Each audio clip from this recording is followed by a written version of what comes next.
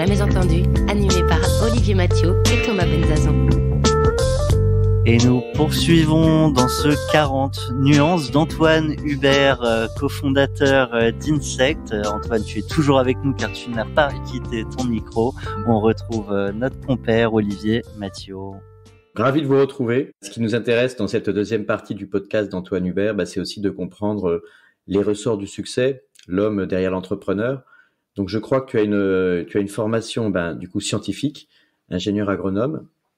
À quel moment est-ce qu'on décide, quand on est ingénieur agronome, de devenir entrepreneur ? Quelle est la motivation, le ressort essentiel et vital qui fait qu'on franchit ce cap ? Alors moi, j'ai jamais voulu être entrepreneur particulièrement. Punchline. Je suis arrivé par là par hasard et par entre guillemets. Non, c'est une succession de finalement de décisions progressives qui m'ont amené à ça. Et c'est aussi la rencontre des bonnes personnes au bon endroit, au bon moment finalement, avec mes associés, à Paris, sur des sujets qui nous apportaient. On aurait été à un autre coin du monde et 10 ans plus tôt ou 10 ans plus tard, ça serait pas fait. Donc non, moi alors même si j'ai une famille, plutôt dans mes grands-parents aussi entrepreneurs, c'est des artisans, des commerçants. Pour certains, donc il y avait peut-être je pense pas qu'il y avait un gène particulier, mais en tout cas je les avais vus quand j'étais plus jeune, voir mon grand-père qui était imprimeur notamment, aller le voir dans ses bureaux. Donc je voyais lui qui avait son entreprise finalement, mais ça me parlait pas du tout. Après je trouvais ça sympa, mais c'est pas ça qui m'a guidé dans mes études. Et plutôt je me souviens certaines plutôt de copains sur la route ou de copines qui me parlaient une chose marquante, qui disait que son père avait tout perdu en étant entrepreneur. Quand j'étais à l'école, c'était à l'école d'agro, et donc ça m'avait plutôt refroidi, mais même pas me dire que c'était intéressant d'être entrepreneur, c'est beaucoup trop risqué, et ça va jusqu'à peut-être détruire sa famille en fait. Donc ça donnait pas spécialement envie. C'est qu'après, c'est par l'engagement, je pense, c'est l'engagement dans ce projet associatif en partant en Nouvelle-Zélande, en rentrant, qui a fait que j'ai lancé ce projet. Mais ce qu'au départ, je voulais être un scientifique, je voulais être un chercheur, je voulais découvrir des choses, comprendre des choses. J'ai toujours voulu comprendre le monde qui nous entoure, essayer de contribuer à ce qu'on préserve mieux la nature, effectivement, comprendre donc le passé, en voulant être paléobiologiste, paléontologue, comprendre le passé. Puis à un moment aussi comprendre aussi peut-être pas le futur, mais l'autre, le plus loin, comme la vie dans l'espace, exobiologiste. Donc vraiment tout ce qui est à comprendre le monde autour de soi. Et donc comme on dans la science, en fait, on monte des projets. Un docteur qui fait sa thèse, il monte un projet. J'ai tenté de monter au moins 3-4 projets de thèse au fur et à mesure de mes envies qui ont évolué, qui n'ont jamais abouti parce que je passais finalement à autre chose. Jusqu'à un dernier qui aurait été pu être financé par mes précédents employeurs comme Altran dans le monde de la mesure de l'impact environnemental. Et puis finalement, Insect est arrivé à ce moment-là et j'ai laissé tomber. Mais je voulais, quand on monte un projet scientifique, on est docteur ou même après. En fait, on monte son projet, on doit le financer et il faut lever des financements très publics. Proche de l'entrepreneur. C'est très proche de l'entrepreneur. Un scientifique est proche de l'entrepreneur, il doit tout construire. C'est quoi mon objectif ? Je vais démontrer quoi ? Et je vais aller chercher des éléments et construire mon discours et mes expériences, et pour derrière trouver des financements pour me permettre de démontrer ça. Tu as eu plusieurs sujets de thèse sur lesquels tu n'es pas allé au bout. Est-ce que c'est pas un peu la même chose avec le projet d'entreprise ? On a une question de ton associé que tu as cité tout à l'heure, Alexis. On l'écoute et on revient à toi. Vous avez un message. Oui, salut Antoine. Écoute, je suis très heureux d'avoir l'opportunité de te poser une question, et ce, tout particulièrement dans le cadre de ce podcast 40 nuances de Next, dont tu sais que je suis un fan de la première heure. Alors, comme tu l'as peut-être déjà expliqué, comme tu vas l'expliquer aux auditeurs, on a eu cette idée des insectes au sein d'une association que tu as cofondée. Cette association était un lieu de réflexion très intense. Les idées de produire des insectes, c'est une idée qui pouvait paraître très très saugrenue à l'époque, qui, je l'espère, l'est un petit peu moins aujourd'hui. Mais pour autant, ce que les auditeurs doivent savoir, c'est que ça n'était pas l'idée l'idée la plus saugrenue que nous avions pu avoir. Et aussi pour que les auditeurs puissent être inspirés, comme tu sais si bien le faire, je souhaiterais et je serais très heureux que tu puisses leur parler des méduses et des corbeaux. Voilà. C'est ce que j'allais le dire. J'étais sûr que tu allais sortir les corbuses et les corbuses. Et les morbeaux. Allez. Les corbeaux, c'est toi, Alexis, effectivement, qui a trouvé cette idée d'aller dire, est-ce qu'on pourrait pas utiliser les corbeaux pour recycler les déchets? Le fait qu'ils peuvent tout ramener, et ça nous a fait des mois tout ça à se marrer sur cette idée-là. Et puis il y a une semaine, Alexis m'a envoyé une vidéo de corbeaux qui recyclent des déchets avec des collecteurs. Ils vont dans les décharges, on leur apprend à les collecter des bouts de métaux, les ramener dans un endroit, et quand ils les mettent dedans dans une poubelle, ils ont une graine à bouffer, ils ont de la bouffe, donc ils sont très intelligents, ils sont conditionnés, je retourne, ils sont conditionnés, ils reviennent, et un mec a trouvé un moyen de recycler. Donc on avait cette idée-là, on n'a pas lancé, et ça fonctionne. Donc c'est assez dingue. Visionnaire déjà à l'époque. Voilà, en tout cas, on avait cette idée un peu saugrenue. L'autre, c'est sur les méduses. Là, je suis convaincu aussi. Et là, il y a une boîte qui a créé quelque chose à partir de méduses, mais on parle beaucoup de la gélification des océans, c'est-à-dire avec les problématiques de réchauffement climatique, de pêche peut-être trop fort dans certaines contrées, on a un appauvrissement des stocks de poissons, et derrière, qu'est-ce qui vient? C'est que les méduses, créatures encore plus ancestrales que les poissons dans l'évolution, prennent entre guillemets la place. Et donc les méduses, on voit ce que c'est une sorte de gelée, voilà. Et donc on parle de gélification des océans, avec des phénomènes d'invasion de méduses qu'on peut voir sur des plages en Europe, en Asie, voilà, et des choses mais qui vont dans les productions de saumon dans le nord. Parfois il y a eu des bancs de méduses qui sont arrivés qui ont détruit l'ensemble des élevages de poissons. C'est là qu'ils sont arrivés, tous les poissons ont été empoisonnés effectivement et n'ont pas survécu. Donc on a une biodiversité qui est fondamentale, qui est préhistorique.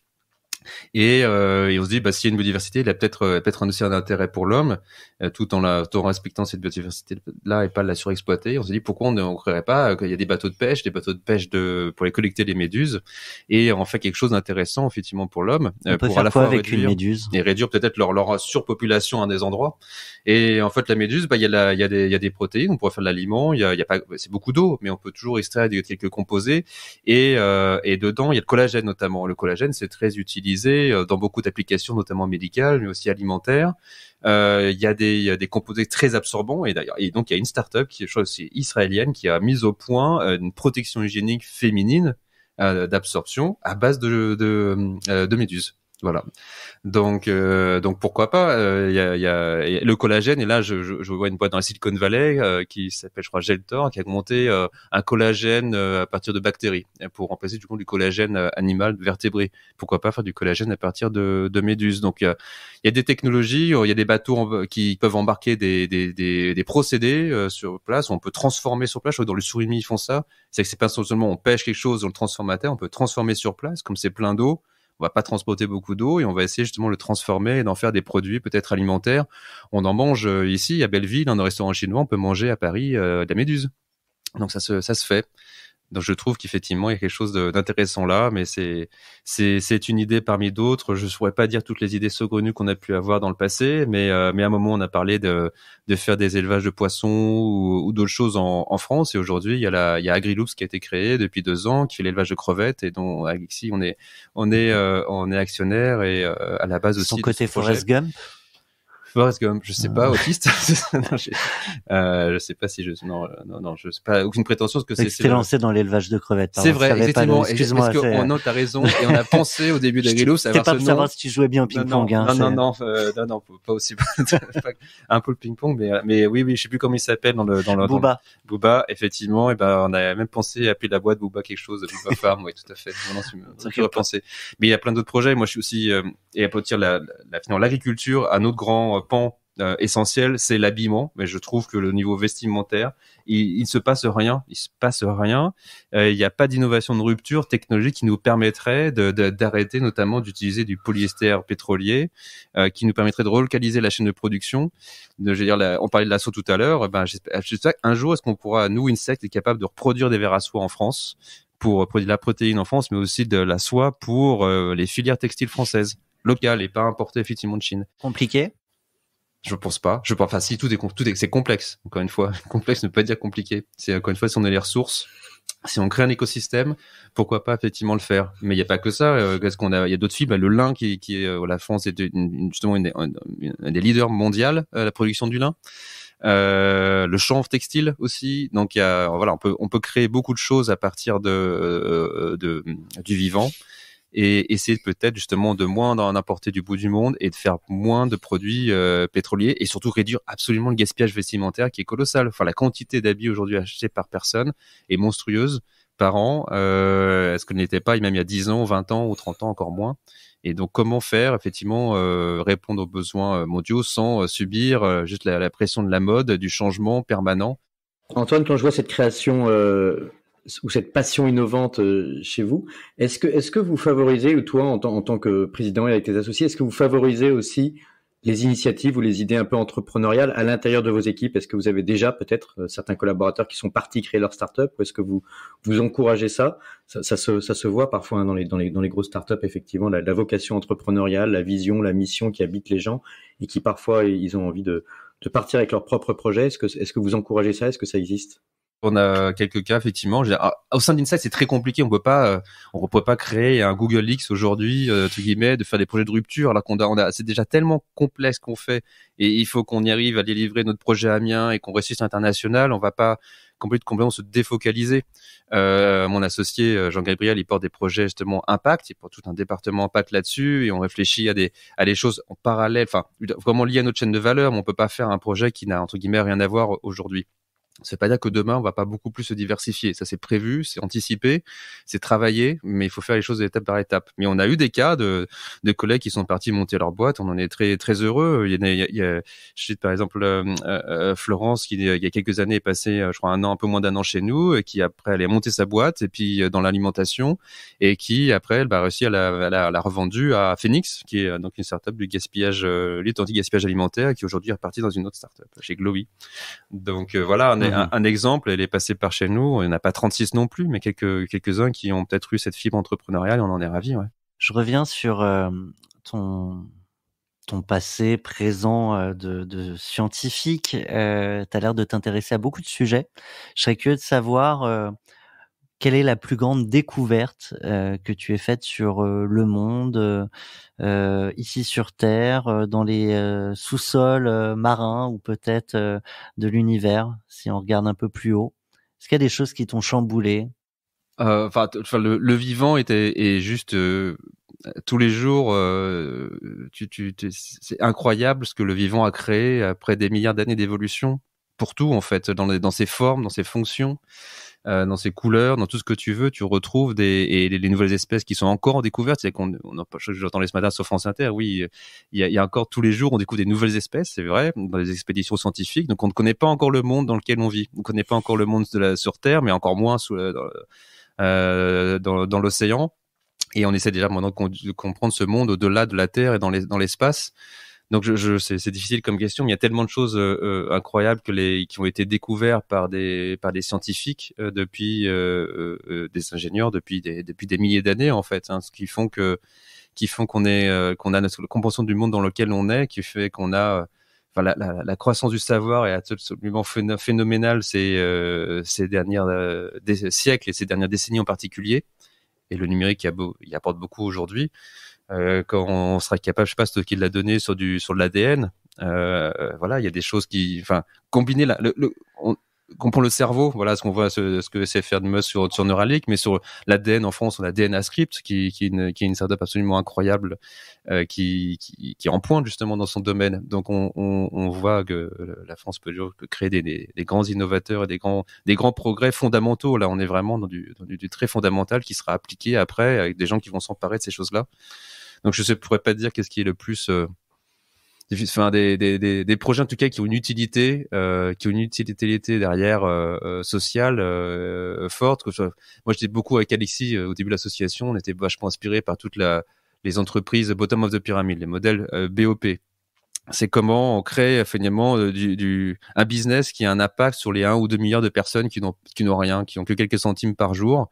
C'est ce que Danone a tenté de soutenir, effectivement, aussi, à faire avec le prix Nobel de la paix, Mohamed Younous en Inde, des yaourts qui coûtaient absolument rien. Et ce modèle-là, bottom of the pyramide, finalement, pour changer, en fait, la pensée en disant, on passe du modèle mécénat fondation un peu condescendante et un peu quasiment coloniale des pays du Nord qui vont aider les pays du Sud avec un peu, voilà, on va construire des écoles, on va construire des infrastructures. Mais c'est pas voir ça comme une opportunité vraiment économique. On considère finalement ces personnes-là comme les autres, des consommateurs, mais avec des revenus extrêmement faibles, et leur proposer des produits bons, de qualité, mais qui sont abordables en changeant la façon dont on les produit. Ça c'est hyper inspirant. C'est une lecture. Enfin, il y a très longtemps, c'était c'est le prix Nobel Kenyan Wangari Maathai un bouquin qui m'avait aussi beaucoup marqué, justement sur cet engagement entrepreneurial dans la plantation d'arbres, l'agroforesterie en Afrique, au Kenya et au-delà, et comment c'est un instrument aussi pour la paix. Et aujourd'hui, je suis très content que mon associé, d'ailleurs, il travaille sur ces sujets de l'agroforesterie. C'est comment on pourrait influencer nos producteurs de matières premières, les déchets agricoles, les agriculteurs à changer même leurs pratiques et à faire de l'agroforesterie en France. Donc non, je pense qu'il y a tellement de choses inspirantes que ça donne toujours le tournis, finalement, de savoir d'où on vient, d'où on va, les questions fondamentales, effectivement, de l'homme, Dawkins, hein, finalement, dire qu'on est juste le gène égoïste, hein, qu'on emmène finalement du gène, c'est-à-dire qu'on n'est qu'un transporteur de gènes. Ça, je trouve ça, c'est une image assez frappante. Ou plus récemment, Yuval Harari qui disait que nous sommes que les esclaves du blé. C'est que le blé nous a domptés et on fait que rendre service au blé dans son expansion mondiale, parce que on fait que ça, on fait que manger du blé partout, du pain, des pâtes, c'est la base de notre alimentation. Tu as abordé la question d'où on vient, Antoine, excuse-moi de t'interrompre, et du coup, ça peut nous intéresser, nous, de comprendre aussi d'où tu viens, d'où vient Antoine Hubert. C'est peut-être le moment de lancer la rubrique sur le canapé pour bien rentrer dans la dimension un peu plus introspective de l'enfant que tu étais, qui est devenu un entrepreneur à succès. Allez, relaxez-vous. Et maintenant, on parle de vous ? Parce que tu nous as parlé de ton grand-père imprimeur. Et c'est vrai que c'est intéressant de comprendre aussi pour nous, peut-être qui tu étais. Est-ce que tu étais un bon élève à l'école ? Est-ce que tu avais déjà des engagements ? Est-ce que tu luttais contre les injustices dans le monde ? Ou est-ce que tu étais plutôt un gamin sportif et rêveur ? Enfin, qui tu étais en gros ? Et pour comprendre les ressorts qui ont fait l'entrepreneur que tu es devenu et qui a envie de transformer le monde, qui est déjà en train de transformer le monde. Je sais pas si on est en train de le transformer. En fait, à notre échelle, avec nos équipes, peut-être, mais on est encore très très loin d'avoir l'impact que je rêve d'avoir. Mais non, c'est pas très intéressant dans le sens une enfance assez classique, quoi. Mais voilà, en Savoie, à Aix-les-Bains, même si je suis né à Paris, mais mes parents sont partis quand j'étais tout petit. J'ai commencé tout mon circuit scolaire là-bas. Oui, j'ai bon élève, oui, j'ai plutôt bosseur, donc voilà, timide, plutôt effacé, et pas être dans la cour de récré à corriger entre guillemets des injustices, loin de là, non, juste faire sa scolarité, mais en créant des noyaux d'amitié quand même très forts qui sont toujours là. Et mes copains savoyards, voilà, c'est un élément clé de notre vie, voilà, ensemble. On a fait de la musique depuis toujours, ce qui était, je pense aussi là, moi, une clé de l'entrepreneuriat, c'est les arts. C'est fondamental dans l'émancipation et dans l'apprentissage de la vie, du travail en groupe, notamment collectif, pour la création commune d'œuvres. Je pense, enfin, notamment aux arts de groupe, hein, que ce soit la musique, le théâtre ou la danse, je pense. Mais après, c'était grandir finalement Savoie, c'était avec la nature. C'est là aussi que découvert les grands espaces des montagnes et les insectes déjà dès à l'époque. On va revenir sur les passions dans quelques instants. Si tu veux bien, je suis curieux de savoir s'il y a un mantra ou une phrase qui a pu te dire un proche, parent, professeur ou autre qui a forgé l'homme que t'es devenu. Je pas le souvenir. J'ai eu plein de profs qui m'ont marqué, surtout en bio. Enfin, tout de suite, moi, c'est la bio qui m'a passionné. C'est les collectionner toutes les fiches d'animaux, des émissions d'Alain Bougain-Dubourg à l'époque, donc de la Ligue de protection des oiseaux, avec qui aujourd'hui Insect travaille. J'en suis très heureux. Donc pour Voilà, c'est juste comprendre le vivant. Enfin, encore une fois, c'est tellement de choses, plus on la pousse et plus on trouve des nouvelles espèces et plus on trouve des trucs avec des formes bizarres, étonnantes et plus c'est passionnant. Et voir à quel point le monde est détruit. Et c'est peut-être quand on est petit être assez misanthrope en disant c'est de notre faute, on détruit tout. C'est une cata, c'est la honte, d'être un autre humain, quoi. C'était plus ça l'image que je pouvais avoir en tête. Et c'est en grandissant, en faisant mes études et notamment en arrivant à l'école d'agronomie qu'on apprend la relation entre l'homme et l'environnement, comment l'homme façonne son environnement depuis toujours et comment c'est une interaction et que l'important c'est aussi le bien-être, le bonheur humain qui est important à viser. Donc c'est pas l'homme contre la nature, c'est l'homme avec la nature, quoi. C'est l'ensemble qui compte. Donc ça, c'était effectivement changé avec donc les professeurs en bio, en sciences du vivant m'ont tous apporté la compréhension jusqu'à d'abord mon prof de terminale, la géologie. Je pense que c'est la première chose qui m'a vraiment passionné, un des éléments qui m'a vraiment passionné, comprendre la Terre finalement, du plus fondamental, comment la Terre s'est créée justement, et après passer plus à la biologie et jusqu'à l'interface le plus complexe finalement, parce que comprendre une cellule c'est très important, mais comprendre l'interface entre des millions d'espèces entre elles dans un biotope, dans un écosystème qui est défini par les températures, par une élévation, par plein de choses, fait que ça et qu'on en comprend qu'un pouillème de tout ça, c'est vraiment passionnant. J'ai juste vu peut-être mon dernier pas vraiment prof, c'était mon maître de stage en Nouvelle-Zélande qui finalement un peu en avance est longue. Donc un Chinois implanté depuis très longtemps en Nouvelle-Zélande me disait à la fin de mon stage, je fais du stage plus 6 mois aussi de boulot d'ingénieur, que j'avais réussi à travailler dans ce centre de recherche qui est très international avec une vingtaine de cultures, à monter mon projet de recherche et elles le suivent en fait et à travailler avec plein de gens dans tout le laboratoire. Il m'a dit, t'as réussi à faire bosser des gens ensemble. Pour toi, je pense que tu sauras monter des projets et aligner les gens pour bosser entre eux. Et ça, c'est vrai qu'il m'a dit ça en 2007, avant que je crée l'association, avant que j'ai des velléités entrepreneuriales. Et finalement, j'y ai repensé il y a quelques temps. Je sais pas si j'avais vu juste, mais en tout cas, parce que je sais pas ce qu'on peut dire, ce qu'on a réussi par ici encore à ce stade-là, mais en tout cas, réussir à fédérer des gens autour d'une vision et d'une envie, déjà, ça, c'est effectivement une chose. J'avais rencontré un entrepreneur qui étudiait la permaculture pour en faire un modèle en entreprise. La permaculture, c'est quelque chose effectivement incroyable qu'on travaille dans l'association organique avec Alexis. Mais c'est pas la réponse parfaite. C'est juste l'agriculture. Ce qu'on disait dans l'association, c'est pas l'agriculture, c'est les agricultures avec un S. C'est-à-dire que c'est encore une fois, c'est pas ce qui compte, c'est l'équilibre, la nuance et la diversité. La diversité, c'est ça qui est essentiel et la diversité pour tout. On le voit dans nos sociétés.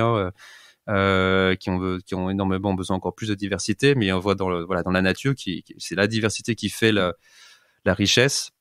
Donc oui, je pense que je suis en train de perdre mon fil parce que on parlait de permaculture et de comment on pouvait... On peut pas opposer, la permaculture n'est pas la solution unique, c'est une nouvelle façon de faire l'agriculture qui est pas dire nouvelle, qui est très ancestrale, qui est complémentaire à une grande agriculture de grande culture qui est très exportatrice, avec celle de l'agroforesterie, avec l'agriculture biologique qui est pas forcément un système là. Enfin, il y a plein de pratiques agricoles, mais c'est fait plus on en aura, plus elles sont diverses. Il y en a des plus vertueuses que d'autres. Oui, on peut se dire ça, mais après la révolution verte qui est en critique aujourd'hui par rapport à ces intrants chimiques et pesticides, elle a nourri le monde. Les gens mouraient de faim avant. Je veux dire, ils mouraient dramatiquement de faim. Donc c'est important de rappeler ça aussi. Faut rappeler ça. Enfin, c'est-à-dire que faut fondamentalement, on a réussi, les agriculteurs ont réussi à nourrir le monde et notamment en France, ils ont fait une révolution absolument massive. Et donc leur mettre aux gens aujourd'hui, c'est les mettre sur leurs épaules les maux environnementaux, c'est absolument injuste. Ils ont fait dont on avait besoin, la société avait besoin. Avant, on mourait vraiment de faim, c'est-à-dire au quotidien. Aujourd'hui, est-ce qu'on peut mourir à long terme de cancer lié à la façon dont on produit? C'est pas encore déjà rassuré. Le problème, c'est plus d'ailleurs les paysans qui manipulent les produits dangereux avant tout, et c'est eux qui sont exposés les premiers. Leur santé, c'est eux qui sont exposés les premiers avant les consommateurs, bien avant. Donc est-ce qu'on peut faire mieux aujourd'hui? Maintenant, mais tant mieux. Oui, évidemment qu'on peut faire mieux. Mais en fait, à l'époque, on pouvait pas faire mieux que de faire on a fait ce qu'il fallait faire. Donc maintenant, on a justement la science qui permet d'adresser la complexité. Et c'est ça qui, encore une fois, qui est le plus difficile, c'est comment, avec des intrants, finalement, ça simplifie. Je fais une grande monoculture, ça simplifie.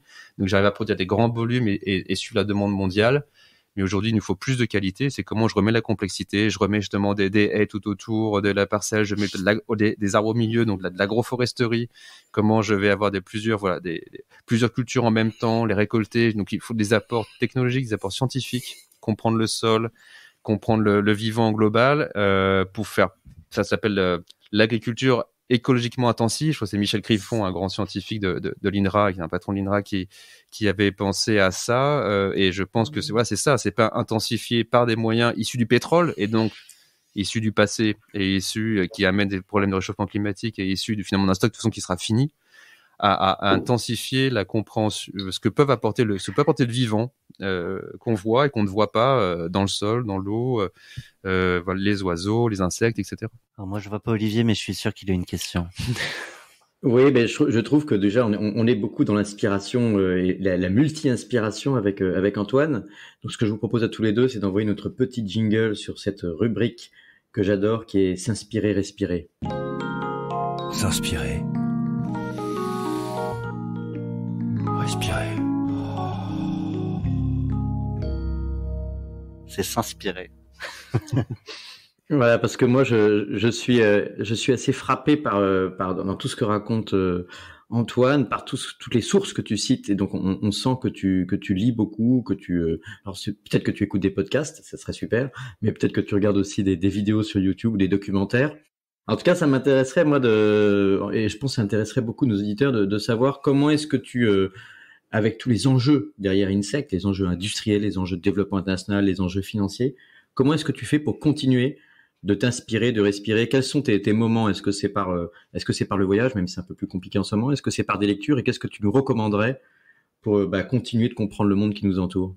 À mon grand regret, le travail est tellement prenant que je lis beaucoup moins. J'ai tellement lu et tellement fait effectivement dans l'association de travail que ça va peut-être innerver pendant des années derrière. Aujourd'hui, je lis moins, je lis plus de presse économique pour mieux comprendre aussi ce que c'est, parce que j'y connaissais rien. Il faut savoir aussi comment on s'intègre et quelles sont des stratégies d'entreprise aussi pour réussir. Donc ça, effectivement, beaucoup plus que continuer à plus... on va dire, s'éduquer sur la science. Voilà, c'est plus les sciences économiques que j'essaie de comprendre ces dernières années, parce qu'après, je pourrais passer mes journées à lire et les lire, etc. Et avant tout, voilà, il y a l'entreprise à côté, mais surtout la famille aussi de l'autre. Et hors de question, effectivement, de manger le temps. Et c'est aussi, je regrette de faire beaucoup moins de musique, de faire beaucoup moins de sport. Mais à un moment, il faut savoir gérer son temps, et c'est ça le plus compliqué quand on est entrepreneur. Le temps, c'est ce qu'il y a de plus précieux.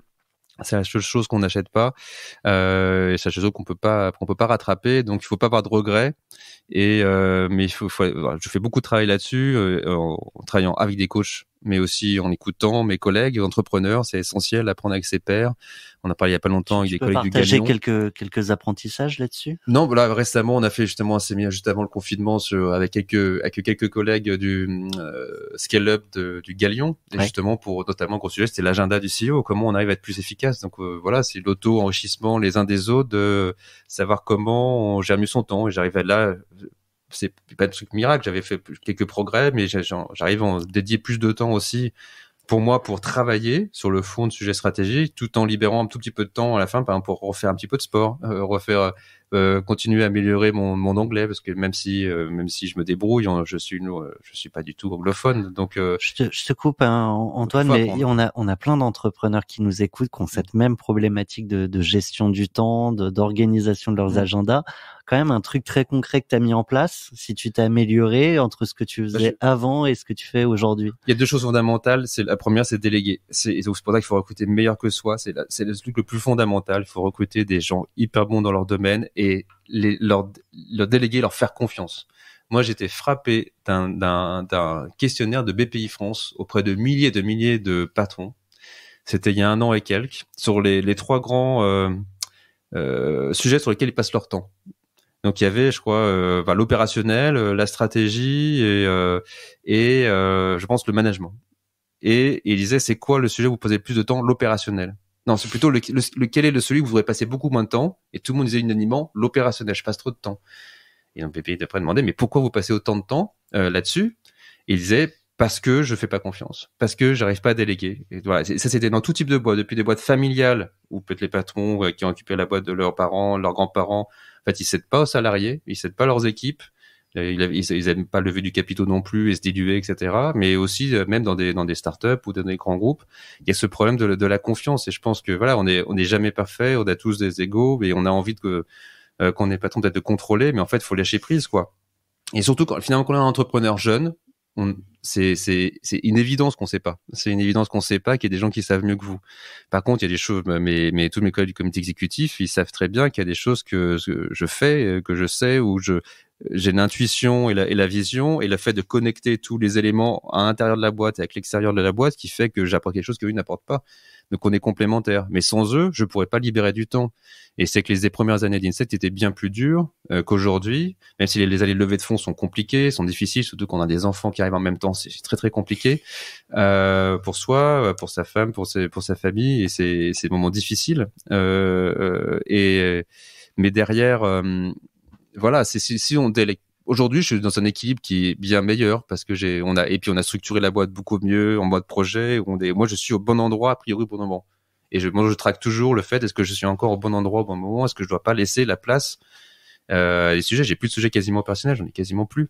Peut-être encore un petit, quoi, mais c'est vraiment du management de mes équipes, de mon comité exécutif, des projets associés les plus critiques. Et après, c'est beaucoup de sujets stratégiques. Voilà, en ce moment, on a plusieurs des sujets passionnants, vraiment de stratégie de développement. Pour des grosses annonces en janvier-février dont on ne peut pas parler.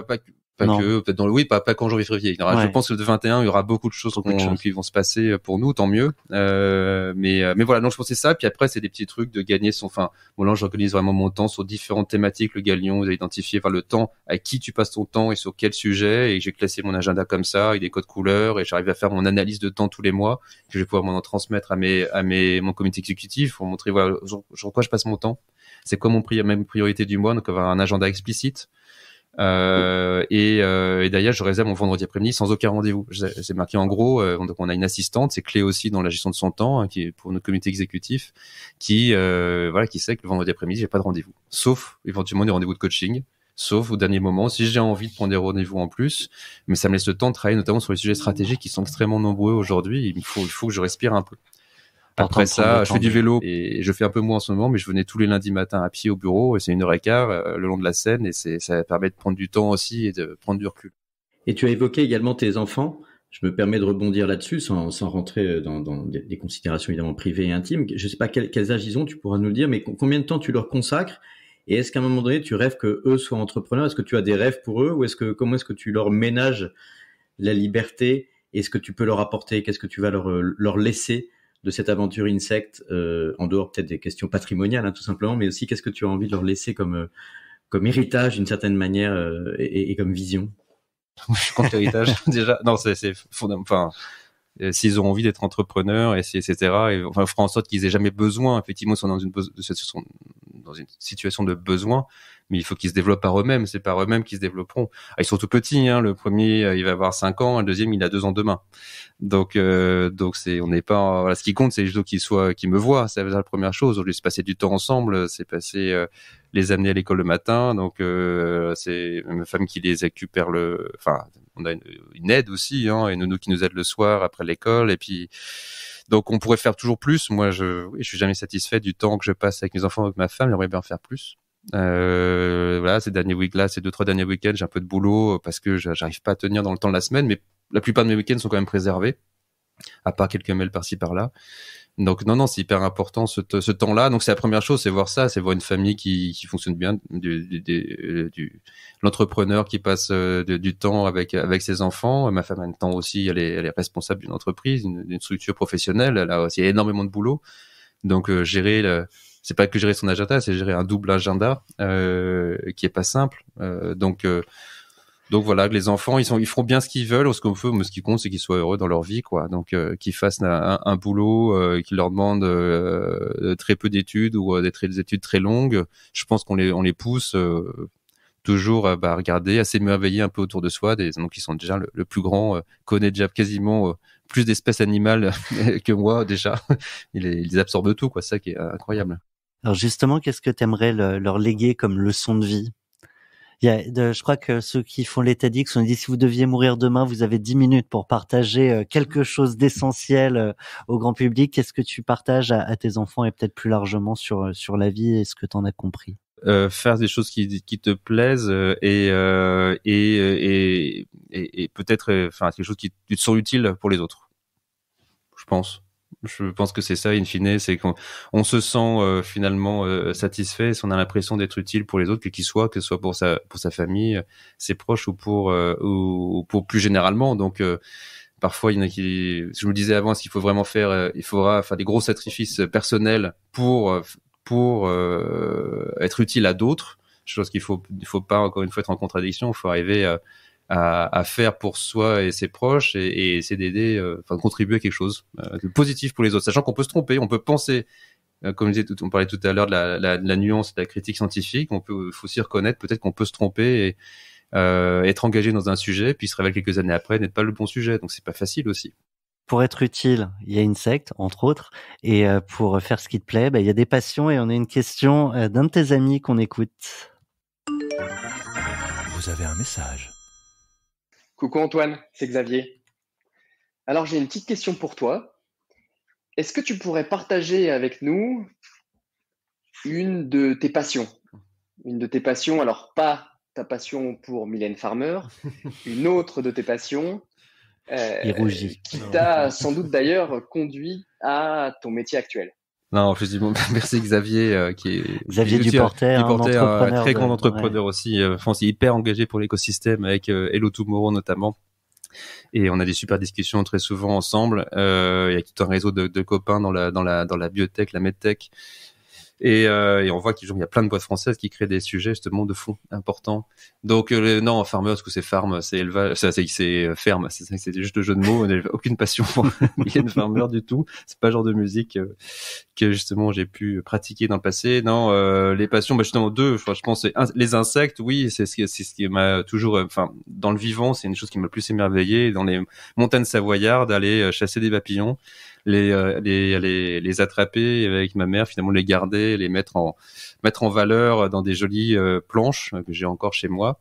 Je pense qu'au bout de quelques années, quand j'ai grandi, je me suis rendu compte que les attraper, finalement, c'était les tuer. Donc, c'était peut-être pas si vertueux que ça. Et donc, je me suis mis plus à la photo. Et je suis passionné par la photo et la photo micro, de prendre un tout petit. C'est une autre manière de les figer. Voilà, une autre manière de les figer, un peu plus sympa, voilà, et un peu plus responsable. Mais même si ça peut comment dire, être un peu fatigant pour ceux qui sont avec moi, parce que il faut rester à l'affût, ça peut rester pendant longtemps pour prendre l'insecte qui ne bouge pas. Donc premièrement, ma femme qui est extrêmement patiente dans les voyages qu'on peut faire pour attends, encore 5 minutes, il faut que j'arrive à m'approcher de cet insecte pour le prendre en photo de près. Il y a moins de papillons quand même qu'avant. Il y a moins de papillons qu'avant, c'est vrai. Enfin, je pense que tout le monde parle sur les essuie-glaces, sur les pare-brises, on écrase moins d'insectes qu'on descend dans les vacances dans le sud. Non, c'est un vrai sujet. On parle d'apocalypse des insectes. Voilà, ça amène à la disparition plus forte d'oiseaux. Donc oui, on voit bien que les pratiques, la pollution industrielle des villes et agricoles, elle a un impact effectivement fondamental aussi sur les insectes. Donc il y a besoin de sensibiliser. Je pense que le GESPAC Insect aussi a son rôle de sensibilisation sur l'importance des insectes et dans le rôle clé qu'ils ont dans l'écosystème, dans le vivant au sens large. Ils sont la base de la chaîne alimentaire, mais ils font tous les services fondamentaux de pollinisation, de recyclage des déchets organiques dans le sol. Et sans eux, on irait nulle part. Et ils sont bien plus anciens que les dinosaures. Hein. C'est 300 millions d'années, je crois, les insectes. Hein. C'est pas d'hier. Donc c'est le fruit d'évolutions extrêmement pointues pendant très longtemps qui font qu'ils sont là, extrêmement adaptés. Mais ils sont pas adaptés à des changements peut-être aussi rapides et brutaux. Donc non, je pense que c'est une passion pour ça. Puis le deuxième, c'est vraiment la musique. Moi, je veux dire, c'est je le disais tout à l'heure, les arts. Je crois que c'est quelque chose d'essentiel pour l'épanouissement d'un individu. Ça devrait être encore plus enseigné à l'école. Et c'est une façon de vivre ensemble, d'apprendre ensemble et justement de créer du groupe. Moi, j'ai eu la chance de jouer dans plein de groupes de musique différents, des styles extrêmement variés et d'innover dans certains, en mélangeant du métal, du hard rock avec de l'accordéon. Ça a été un des groupes avec qui on a le plus joué pendant très longtemps. Qu'on peut retrouver sur Spotify, Deezer, non, ça etc. même pas Spotify, Deezer à l'époque. Ça n'existait pas. On était sur des plateformes. C'était quoi, les toutes premières plateformes MySpace, je pense qu'il doit avoir un truc sur MySpace. Ça s'appelle Elle s'appelle Stalefish. Stalefish. Voilà, tout ça, poisson pourri, exactement. Donc c'est déjà une histoire de poisson. Et non, on savait pas comment trouver un nom. Je trouve qu'on l'a pris quasiment au hasard dans le dictionnaire. On n'était pas très inspiré à l'époque, mais avec Beatles, un copain, c'était déjà pris. Ouais, peut-être. Les Beatles, c'était déjà pris. Et finalement, ces quatre copains, on est toujours très proches. On est 3 sur 4 entrepreneurs. 3 sur 4 à être entrepreneurs. Voilà, le dernier, on espère qu'il le sera. Moi, je sais qu'il le serait, mais c'est un batteur, donc il manque plus de temps. Tu jouais quoi, toi? Moi, la basse. J'ai toujours de la basse, et même si j'ai fait depuis un peu de la percute, de la clarinette, et justement, là, t'es intéressé. Je regrette surtout pas avoir plus de temps à apprendre plus d'instruments. Ça, il y a tellement d'instruments passionnants, et donc du coup, jouer ensemble, ça permet d'être autour d'un projet qui peut être, on a fait des enregistrements, des CD, ça peut être joué des concerts, donc ça il faut répéter, il faut s'organiser, c'est un leadership de groupe, certains prennent plus de leadership que d'autres, et puis surtout qu'on compose, qu'on crée des chansons ensemble, en fait on crée un produit qui va trouver son public ou pas, et donc je trouve que c'est effectivement très, moi ça a été, a posteriori, j'ai énormément appris dans tous ces groupes, en Savoie, à Paris, en Martinique, en Nouvelle-Zélande, en Bretagne. Avec des tonnes de gens qui sont des amis très proches, toujours, parce que la musique continue à rapprocher. J'ai une question d'ailleurs à ce sujet qui est, Antoine, qui est sur souvent on dit qu'il y a des ponts entre la science et la musique, et je me demandais en fait si d'un point de vue scientifique, la musique t'intéresse aussi. Est-ce que par exemple, on l'a dit dans la culture, que la musique peut jouer un rôle sur les plantations agricoles ou sur certaines plantes. Est-ce que vous n'avez pas essayé de faire c'est vraiment la question stupide du jour. Est-ce que vous n'avez pas essayé de mettre de la musique pour développer les insectes? Est-ce que ça peut avoir un rôle? On y a pensé, on n'a pas encore eu le temps de mettre les protocoles expérimentaux en place, mais oui, c'est une question de fréquence, d'onde, et voilà, il y a des théories, la création du monde autour de la théorie des cordes.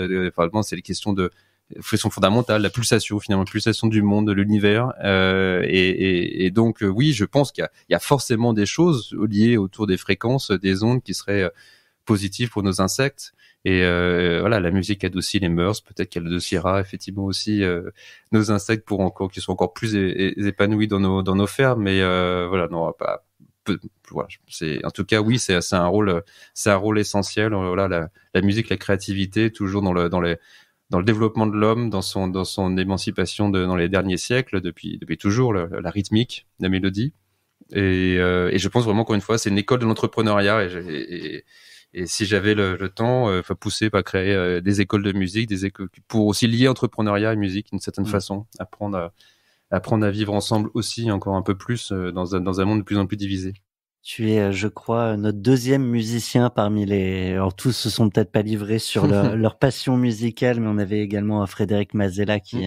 Au piano, ouais. Ouais, notamment. Olivier, c'est le moment de la claque, si ça te va.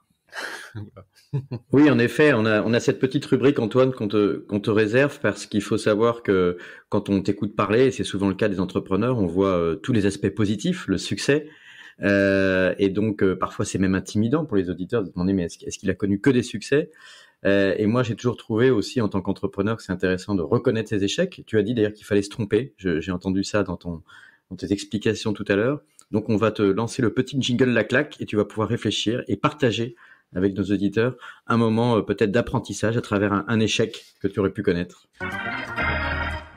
Waouh! Même pas mal. Pas mal. Un échec. En fait, on passe son temps à se tromper dans une start-up, dans n'importe quel, un peu toujours, mais c'est ce qui compte, c'est qu'il y a plus de réussite que d'échecs au quotidien, et qu'on essaie de pas refaire deux fois la même erreur. Donc, et il faut pas que en plus ce soit une erreur qui soit absolument fondamentale, qui remet tout en cause, comme mettre un produit sur le marché, j'en sais rien, qui est dangereux, et que du coup des gens se blessent avec ou en sont malades, etc. Là, ça serait une erreur fondamentale. Non, on a fait plein d'erreurs je sais pas, dans certains choix, on savait pas forcément tout aussi au début, mais on était très accompagnés. On a raté des financements au début, ça a été compliqué du coup. Au départ, c'était le démarrage de l'entreprise n'était pas simple, mais ce qui est le plus dur finalement, encore une fois, c'est l'humain. Faut reconnaître qu'on se trompe, on peut se tromper quand on recrute des gens. parce que c'est pas la bonne personne et que y a rien de personnel. Mais parfois aussi, on se rencontre tard et ça peut avoir des effets, des pas très bons effets finalement dans la dynamique d'un groupe. Donc ça, c'est pas simple. On peut regretter effectivement d'avoir écouté certaines personnes et ne pas avoir reçu aussi, peut-être plus tôt, plus courageusement, leur dire qu'il était temps effectivement qu'ils s'en aillent. Voilà, ça c'est des premiers dilemmes, ça, quand on débute sa vie d'entrepreneur. On sait pas faire ça du tout. Enfin, qu'on n'ait surtout pas été, on n'a pas été un manager entre guillemets, un gestionnaire dans le passé, d'apprendre ces choses-là. Et ben le fait déjà qu'on ait toujours été 4 au début, et puis qu'on ait d'autres patrons qui nous ont rejoints, directeurs, ça nous a aidés aussi. Mais d'être à 4 et se retrouver, se dire est-ce qu'on se trompe pas, effectivement. Je pense que c'est souvent dans l'humain. Enfin, on a fait plein d'erreurs techniques, on a fait plein d'erreurs scientifiques, on a eu des moments des espoirs déçus rapidement, de prouesses qui non, n'étaient pas du tout. Donc non, je pense que les échecs, je sais pas, par contre des difficultés, oui. Et je pense que le plus dur, ça a été, je le dis tout à l'heure, la gestion familiale et les financements au même moment que la naissance de mes 2 enfants, ça a été c'était extrêmement dur pour moi, pour ma femme aussi, et c'est pas des moments qu'on a envie de revivre, même si c'était ces moments hyper joyeux de la naissance, mais et hyper tendus de closing, de signature, etc. en parallèle, de négociations, qui in fine sont positifs. On a juste pas envie qu'ils se superposent en fait, parce que du coup c'est pas l'un ou l'autre. Et donc à côté de ça, même si j'ai passé du temps, et c'est aussi pour ça qu'on a poussé, j'ai poussé tout de suite, et mes collègues m'ont suivi pour la création d'un congé paternité, pour prendre du temps justement, que les pères passent du temps avec leurs enfants. Et ça c'est une absurdité que j'ai pu réaliser en me rendant compte à la naissance de mon premier que j'allais devoir rester que 11 jours chez moi avant de retourner au boulot. Vous êtes plusieurs entrepreneurs du Next 40, mais pas que, avoir milité pour tout. Et nous, là, cette aujourd'hui, égalité. C'est 10 semaines qu'on paye de congé paternité. 10 semaines à 100%. C'est avec le père à la même durée de congé que la mère pendant 10 semaines, 100% payé par l'entreprise. Aujourd'hui, il y a 4 semaines maintenant payées par l'État, donc tant mieux, ça va dans le bon sens, mais on continue à payer 10 semaines. Et c'est la base de justement, d'équilibre femme-homme. Si c'est aujourd'hui être capable, c'est que qui est responsable, il verra que il y a des jeunes femmes qui partent en congé maternité, mais aussi des jeunes hommes aussi. Et donc il y aura plus les promotions que pour les hommes, parce que les femmes s'en vont, des carrières à trous. Les hommes auront aussi des carrières à trous. Donc tout le monde égalité de traitement face à la promotion dans l'entreprise, face à l'égalité salariale. Et demain, j'espère aussi que ça aide à c'est sans prétention, mais en tout cas à la libération un tout petit peu de la charge mentale qui pèse tellement sur les femmes, le fait que les hommes soient chez eux à la naissance et prennent des rythmes et des habitudes, voilà, en passant du temps avec leurs enfants, et en étant c'est pas que la femme qui va tout gérer dans les achats, dans la gestion de la maison, etc. D'être présent au début, j'espère que ça contribue justement à mettre des nouveaux repères, des nouvelles bases, qui fait qu'il y a aussi un meilleur équilibre de relations femmes-hommes à la maison. Mais bon, c'est peut-être extrêmement optimiste et prétentieux de penser ça, mais j'espère que ça y contribue. C'était la carte blanche d'Antoine Hubert d'Insect. Et du coup, une transition parfaite, hein, Olivier, sur notre dernière rubrique, la rubrique Sista. Oui, on aime bien donner, Antoine, la parole aussi, ou en tout cas un coup de projecteur sur les entrepreneurs au féminin, parce qu'on voit que dans Next 40, on a assez peu de femmes. On a eu Julia Bijaoui de Frischti, mais finalement il y en a assez peu qui sont arrivés encore à ce niveau de succès qui fait les 40 startups les plus grosses de l'écosystème de la French Tech française. Donc on va te demander de citer et de mettre en avant une entrepreneur, un projet, et on pourra ensuite te demander pourquoi, et surtout aller lui poser une question en ton nom, qui sera ensuite un podcast à part entière. Merci, c'est que c'est important. On est beaucoup trop masculin encore, et il y a quand même des beaux exemples dans la tech. On voit Lucie Bach dans Too Good To Go, dans le gaspillage à lutte contre le gaspillage alimentaire. On a déjà eu d'ailleurs en Sista, j'imagine. Ouais. Sandra Ray, effectivement. Donc il y a quelques entrepreneuses emblématiques, mais en fait elles sont beaucoup trop peu nombreuses. Et donc moi je pense à une copine qui s'est lancée depuis quelques années dans l'agriculture justement locale, enfin l'alimentation locale, Charlotte Trossa à Avignon, qui récupère des fruits et légumes un peu abîmés, des écarts de production pour contribuer à la réduction du gaspillage alimentaire et pour en faire des produits bio, pour justement des soupes, des produits de conserverie, etc. Et voilà, c'est local, c'est bio, c'est durable, et voilà, c'est génial, elle fait des très bons produits, très bons. Et c'est vrai que mais c'est pas facile, effectivement, en plus dans une entreprise qui n'est pas une entreprise vue comme technologique, du coup, pour notamment des solutions, du financement, la croissance et ne pas être trop absorbé par son travail, parce qu'il y a une usine à faire tourner, il y a des équipes, etc. Donc, on le voit à plein de sujets que je vois aussi au quotidien. Donc voilà, moi je trouve que c'est génial. Il faut acheter ces produits, on les trouve dans des magasins bio en France. Local en bocal. Local en bocal, tout à fait, oui. Si tu avais une question qu'on lui posera en ton nom avec notre associé Solène Etienne. Ah, il n'est pas réfléchi. Ouais. Et une question.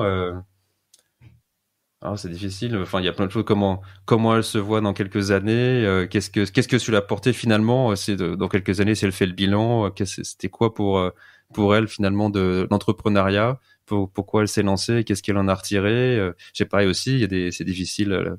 Enfin, gérer une famille avec un tel engagement, avec son mari aussi qui travaille beaucoup. Donc comment elle fera le bilan de tout ça? Peut-être dans quelques années, si un jour, s'il aura envie d'arrêter, s'il aura envie de faire autre chose, qu'est-ce qu'elle aura retiré finalement de cette expérience? Eh bien, cette question, on va lui poser dans un podcast qui lui sera dédié. Avant, on avait la chance de les avoir, on les intégrait dans le podcast de nos invités, mais finalement, on leur donnait que 6 minutes de parole pour tous ces beaux projets. On n'était pas encore assez satisfait de nous et notre manière de mettre plus de femmes en lumière à travers 40 nuances de Next. Donc, on va lui donner la parole. On est ravis de te l'avoir donné à toi, Antoine. C'était un plaisir d'échanger à tes côtés. Merci, je m'associe au remerciement de Thomas. J'ai trouvé ça passionnant. J'ai appris plein de choses sur un secteur où, en général, on parle beaucoup uniquement de numérique. Et là, on a parlé d'industrie et d'alimentation. Donc, on s'est projeté dans un monde futur, peut-être un peu plus ouvert et très différent et un peu en disruption avec nos habitudes de 40 nuances de Next. Si je peux dire un dernier mot, je pense que c'est pour tous les jeunes qui veulent monter des boîtes, il y a tellement de sujets, tellement importants pour résoudre les grands problèmes, contribuer à résoudre ces problèmes-là. S'ils peuvent se consacrer à ça, comment mieux manger, comment mieux se nourrir, comment mieux se déplacer, tout en ayant moins d'impact, plutôt que se jeter sur le développement d'applications qui peuvent être sympas à court terme, on ne sait pas ce que ça va, enfin très vite abandonné par un consommateur versatile. Pensez à ça, enfin et voilà, comment être utile et comment créer de l'impact. Je pense, on a besoin de vous. Eh bien, nous, on a besoin de partager des messages comme le tien. Un grand merci à toi, Antoine, encore une fois, et salut ton associé. D'ailleurs, il nous entend. Donc, bonjour à toi, Alexis. Tous tes associés, d'ailleurs. Merci à tous. Merci. 40 nuances de Next. Le Next 40, comme vous ne l'avez jamais entendu, animé par Olivier Mathieu et Thomas Benzazan.